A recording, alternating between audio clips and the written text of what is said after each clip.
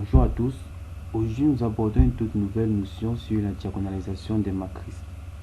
Alors, on considère la suite de réels UN définie par UN plus croix égale moins croix UN plus 2 plus UN plus 1 plus croix UN avec U0, U1, U2 donnés. Et on pose Xn égale UN, UN plus 1, UN plus 2. On demande de montrer qu'il existe une matrice A telle que Xn plus 1 égale A Xn. De diagonaliser la matrice A. À la question 3, on demande de calculer A à la puissance n. La question 4, on demande d'en déduire UN en fonction de U0, U1, UN et de n. Et à la dernière question, on demande de préciser la suite, vérifiant UN plus croix égale moins croix UN plus 2 plus UN plus 1 plus croix UN. Et U0, U1 et U2 étant donnés. Donc, avant de commencer, je t'invite à m'encourager en t'abonnant à la chaîne et en cliquant la cloche sur notification. Et si tu l'as déjà fait, je te dis infiniment merci. Donc, sans plus tarder, nous passons à la solution. Et considérons la suite UN définie par, on a de la relation de récurrence, et donc le changement de variable Xn qui est égal à UN, UN plus 1, UN plus 2. Et à la première question, montrons qu'il existe une matrice A telle que Xn plus 1 est égal à A Xn. Donc pour cette question, nous allons utiliser la définition de la suite UN en disant on a UN plus 3 égale moins croix UN plus 2 plus UN plus 1 plus croix UN. Et de cette relation, n'est-ce pas, nous allons tirer, ou du moins nous allons en déduire croix matrice. Et la première à gauche sera celle constituée des coordonnées UN plus 1, UN plus 2 et UN plus croix. Et celle plus à droite sera celle constituée des coordonnées UN, UN plus 1 et UN plus 2. Maintenant, la question qui se pose est celle de savoir comment déterminer les éléments de la matrice du milieu. Donc, le choix des éléments des lignes s'effectue de telle sorte qu'en effectuant le produit ligne-colonne, qu'on ait la même chose de part et d'autre de l'égalité. Ou qu'on ait l'équation donnée dans l'énoncé. Donc, on constate qu'en mettant par exemple dans la première ligne 0, 1, 0, et qu'en faisant le produit ligne de la ligne 0, 1, 0 et UN, UN plus 1, UN plus 2, on obtient de ce côté, du côté gauche, UN plus 1 et du côté droit, UN plus 1. Donc, c'est la même opération sur toutes les autres lignes. Et maintenant, pour la dernière ligne, là, on se rend compte qu'en mettant croix 1 et moins croix, en faisant le produit ligne-colonne, on obtiendra du côté gauche UN plus croix égale croix UN plus UN plus 1 moins croix UN plus 2, qui est l'équation qu'on nous a donnée dans l'énoncé.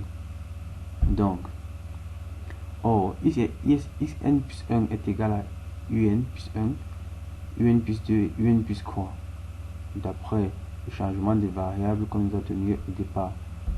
Cela voudrait dire qu'on a Xn plus 1 égal à A fois Xn.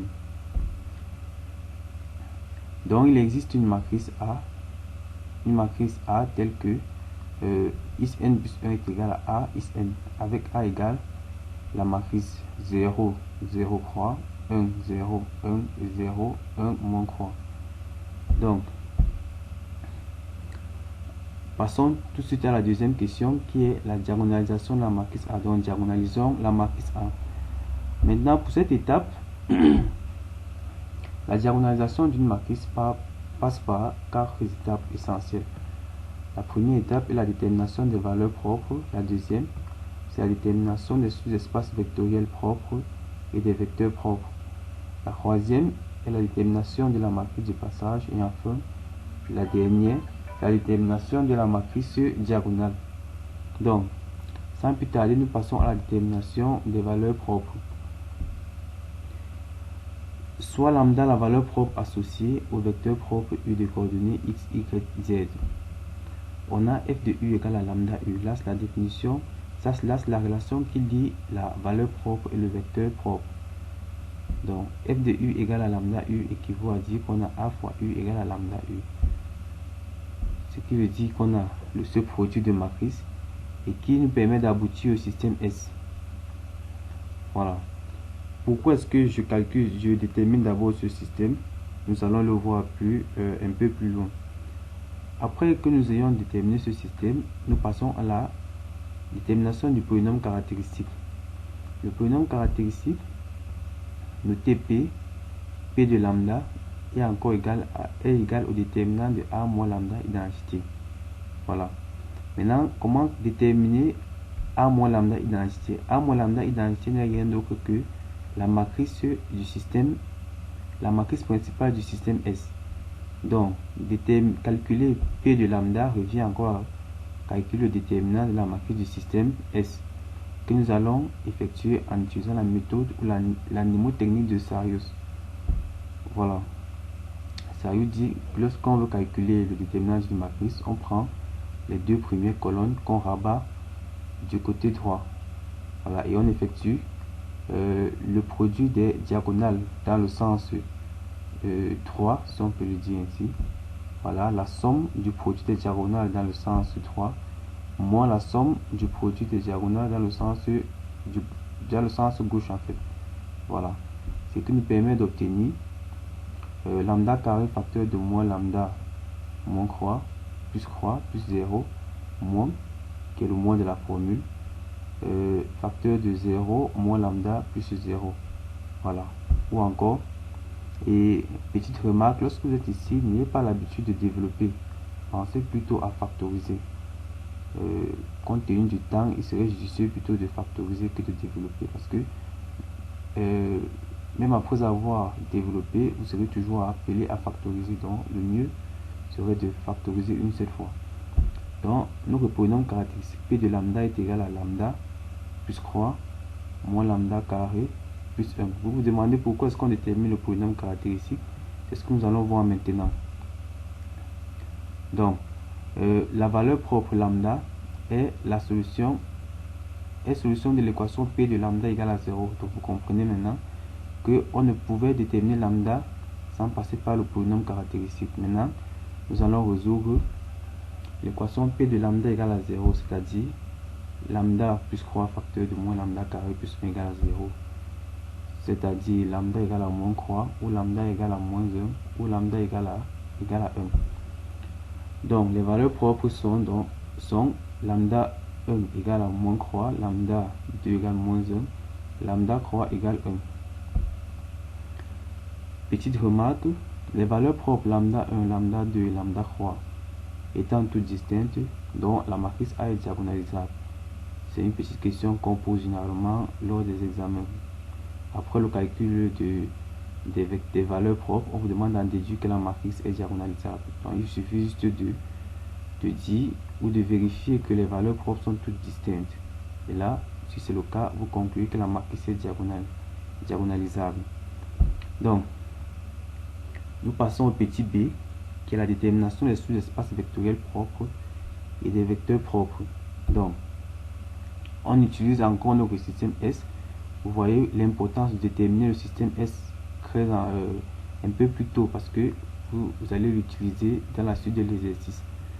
Donc, lorsqu'on a notre système S, on prend tout simplement lambda. Donc, vu qu'il s'agit des sous-espaces vectoriels propres associés à chaque valeur propre lambda, nous allons prendre pour lambda.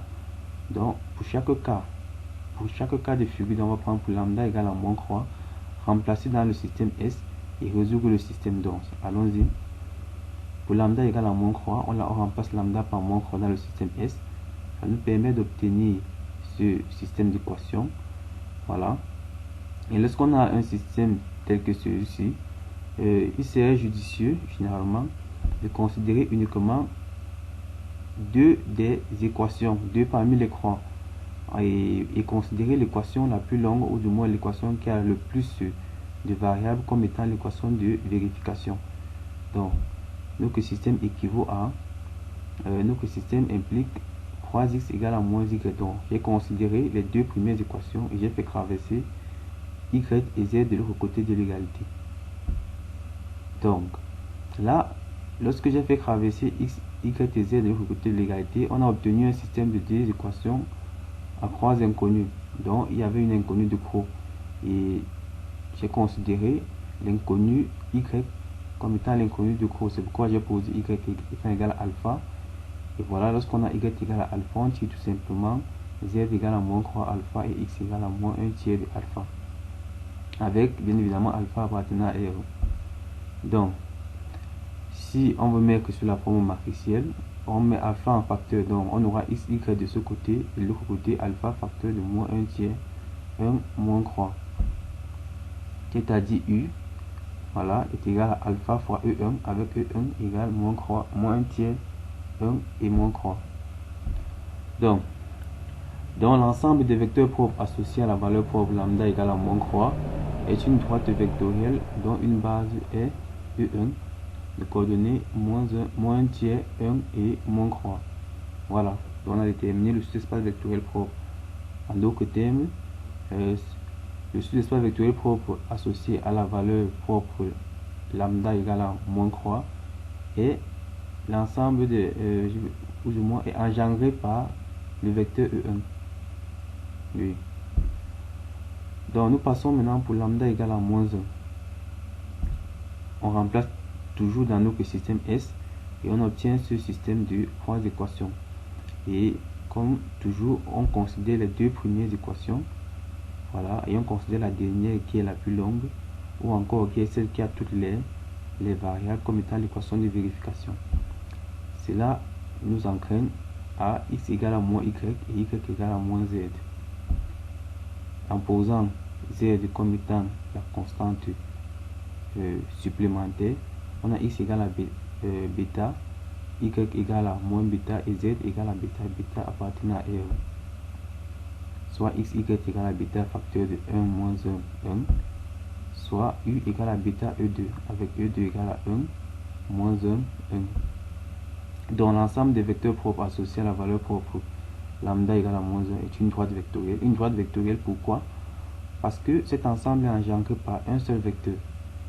Donc si on avait deux vecteurs, alors notre sous-espace vectoriel propre devait être un plan vectoriel.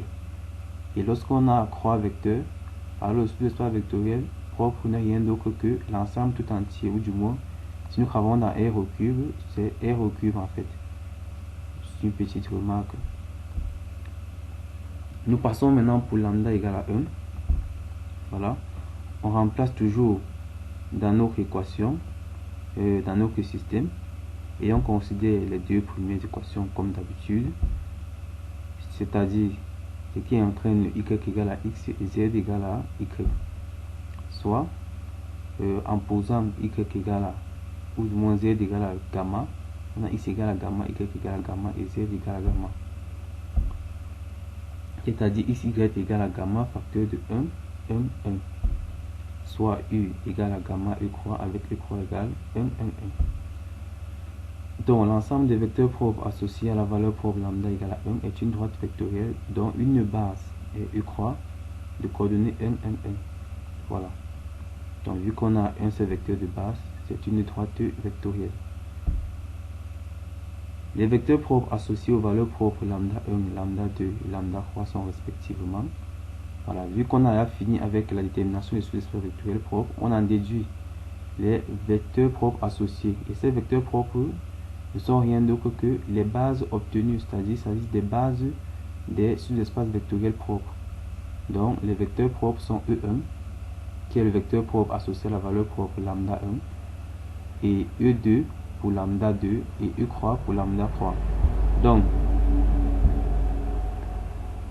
et on constate que le déterminant de la famille E1, E2, E croix est égal à moins 1 16e sur croix qui est différent de 0. J'avais à faire le calcul. Cela entraîne que la famille de vecteurs est libre. Donc cette famille de vecteurs est libre. Donc E1, E2, E croix est une base de R au cube. Maintenant, nous passons au petit c qui est la détermination de la matrice de passage. La matrice de passage se détermine de la manière que suit. Donc P est égal à E1, E2, E croix. La matrice de passage n'est rien d'autre que la matrice constituée des vecteurs propres. Et les vecteurs propres pris dans l'ordre, dans le même ordre en fait. Si vous allez décider que lambda 1 c'est le vecteur propre, la valeur propre associée au vecteur propre E1 dans l'ordre croissant lambda 1, lambda 2, lambda 3, alors vous devez commencer par le vecteur propre E1, ensuite pour E2 et enfin pour E croix. Vous voyez les différents, comme vous pouvez le constater avec les différences de couleur, autant pour moi. Maintenant, petit d, déterminons la matrice diagonale. Voilà, une fois qu'on a déterminé la matrice de passage, l'étape suivante, c'est la détermination de la matrice diagonale. Voilà, la matrice diagonale n'est rien d'autre que la matrice.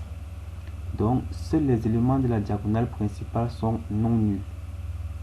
Et les valeurs contenues, situées ou du moins situées sur les éléments de la diagonale principale, représentent en fait les valeurs propres, pris dans l'ordre de la base obtenue plus haut. Donc, si notre matrice de passage c'était E1, E2, E croix, alors dans la matrice diagonale, nous allons commencer par la première valeur propre, c'est-à-dire lambda 1, et ensuite lambda 2 et lambda 3. Donc, c'est juste une petite précision. Maintenant, une fois qu'on a la matrice diagonale, on a cette relation-ci. Donc, la matrice diagonale est égale à P moins 1 à P. Où P moins 1, c'est l'inverse de la matrice de passage P. Voilà. Donc, nous avons diagonalisé notre matrice. Voilà, nous avons obtenu une matrice diagonale. Voilà. D en fait représente, c'est encore l'expression de A dans la nouvelle base. Et la nouvelle base, c'est encore la base formée par les vecteurs propres. Vous voyez que dans cette base, la matrice A a une forme un peu plus simple. Et avec cette forme-là, qui est la matrice D, on peut facilement travailler avec elle vu que uniquement les éléments de la diagonale principale sont non nuls. Donc c'est plus facile de travailler avec D, voilà, que de travailler avec A, que de travailler avec la matrice A que nous avions au départ. C'est un peu le but de la diagonalisation. Donc, passons maintenant au calcul de A à la puissance n. Voilà. De la relation D égale à P moins 1 à P, on tire A égale à P D P moins 1. Comment? En remplaçant A par D, c'est-à-dire en changeant la position de A par la position de B et la position de P par la position de P moins 1. Ça nous permet d'obtenir A égale P D P moins 1. Donc c'est encore une autre relation qui lie la matrice A, la matrice de passage P et son inverse et la matrice diagonale. Voilà. Et lorsqu'on a cette relation, il y a une propriété qui dit que A à la puissance n est égal encore à P D à la puissance n fois P moins 1. Donc la puissance s'applique uniquement sur D lorsqu'on élève A à la puissance n. C'est une petite remarque. Maintenant, si nous voulons calculer A à la puissance n, il nous faut forcément avoir P à la puissance n. Vu que nous avons déjà P et D, bien évidemment, si on a D, on peut facilement avoir D à la puissance n. Donc il nous manque P à la puissance moins 1. Donc P moins 1. P moins 1 se calcule par la formule 1 sur déterminant de P fois la transposée de la comatrice de P. Donc, nous allons commencer par déterminer la comatrice de P. Ensuite, nous allons faire sa transposée. Voilà. Et multiplier par l'inverse du déterminant. Or, déterminant de P, nous l'avons déjà calculé plus haut. Vu que P c'était encore E1, E2, E croix, on a calculé le déterminant de la famille E1, E2, E croix. Ça nous a donné moins 16 tiers. Voilà. Donc, nous passons la comatrice de P. J'ai déjà dû calculer la comatrice de P afin que la vidéo ne soit pas très longue. Et j'ai fait une vidéo sur le calcul des comatrices. Je t'invite à la regarder. Voilà. Donc, on a la comatrice de P qui est cette matrice. Et en faisant la transposée de la comatrice, si vous ne savez pas ce que c'est que la transposée d'une comatrice, la transposée c'est juste changer les lignes en colonne. Vous voyez que sur la comatrice de P, la première ligne est constituée de moins 2, moins 4, moins 2. Pourtant, à la transposée, on a changé cette ligne en colonne. Donc, moins 2, moins 4, moins 2 devient la première colonne. Même chose, la deuxième ligne qui est 0, 8, tiers moins 8 tiers devient la deuxième colonne 0, 8 tiers moins 8 tiers, ainsi de suite. Donc voilà comment on détermine la transposée de la comatrice.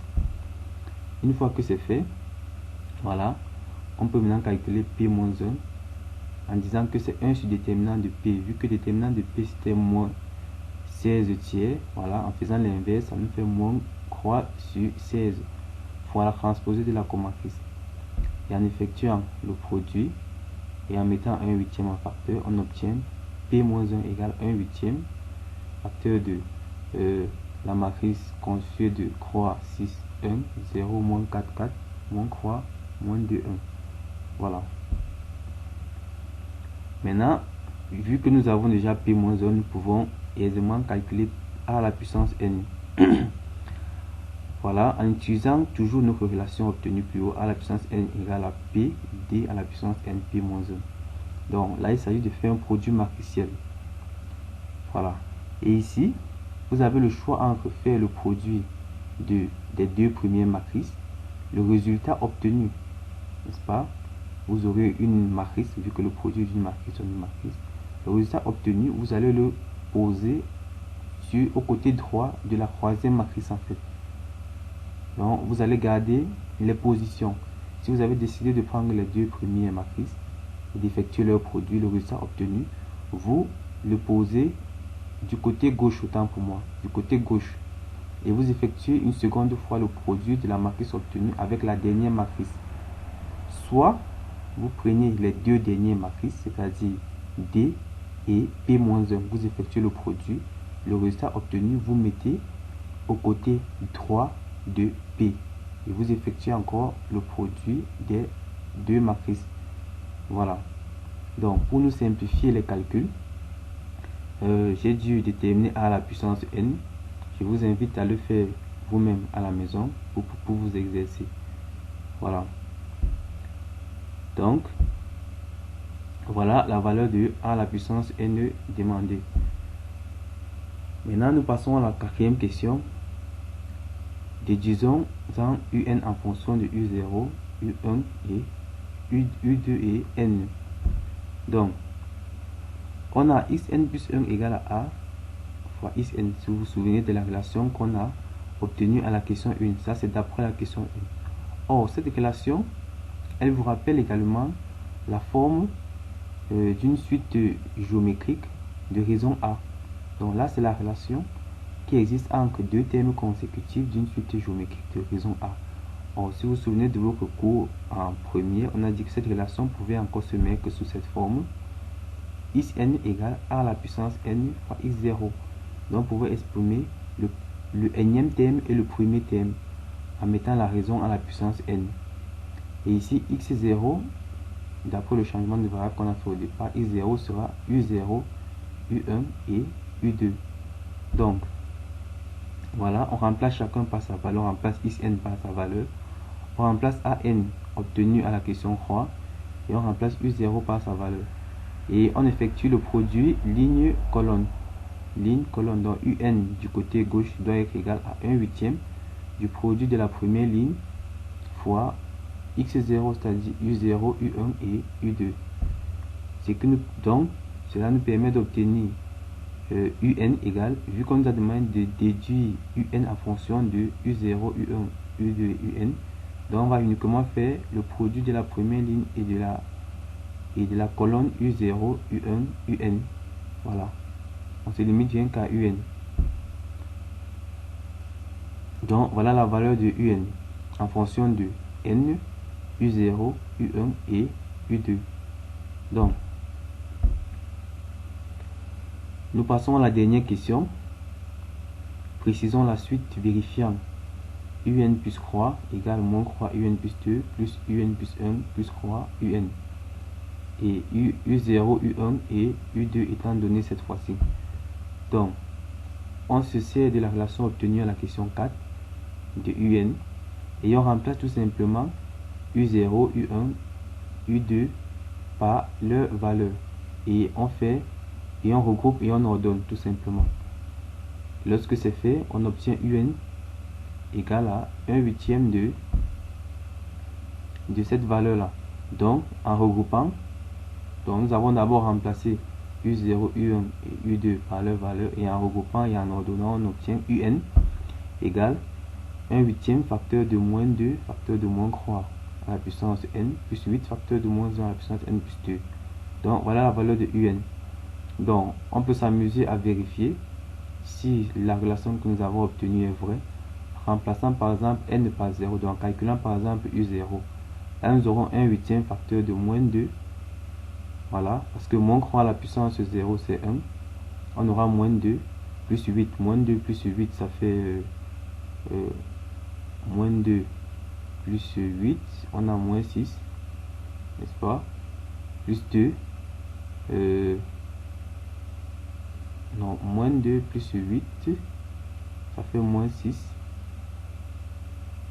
non, on a 6, oh là là, désolé, on a moins 2 plus 8, ça fait 6, plus 2, ça fait 8, 8 divisé par 8, ça fait 1, donc ça vérifie. Et si on remplace par exemple n par 1, on aura moins, 6, voilà, 6 moins 8 plus 2. 6 moins 8 déjà ça fait moins 2 plus 2 ça fait 0, donc ça vérifie. Donc cette relation est vraie. Bien évidemment vous pouvez vous amuser à calculer UN plus croix, donc à calculer moins croix UN plus 2 plus UN plus UN plus 1 plus croix UN, et vérifier que ça donne UN plus croix. Vous verrez que c'est le résultat, donc la suite UN vérifie. Donc cette vidéo arrive à sa fin, et je vous dis grandement merci pour votre attention. Si vous avez regardé la vidéo jusqu'à la fin, vraiment cela me va droit au cœur, parce que ça permet d'augmenter, du moins ça fait du bien à la chaîne. Et je vous invite à vous abonner si vous n'avez pas fait jusque là, et à activer la cloche de notification pour ne rater aucune de mes prochaines vidéos. Donc on se dit dans une prochaine vidéo.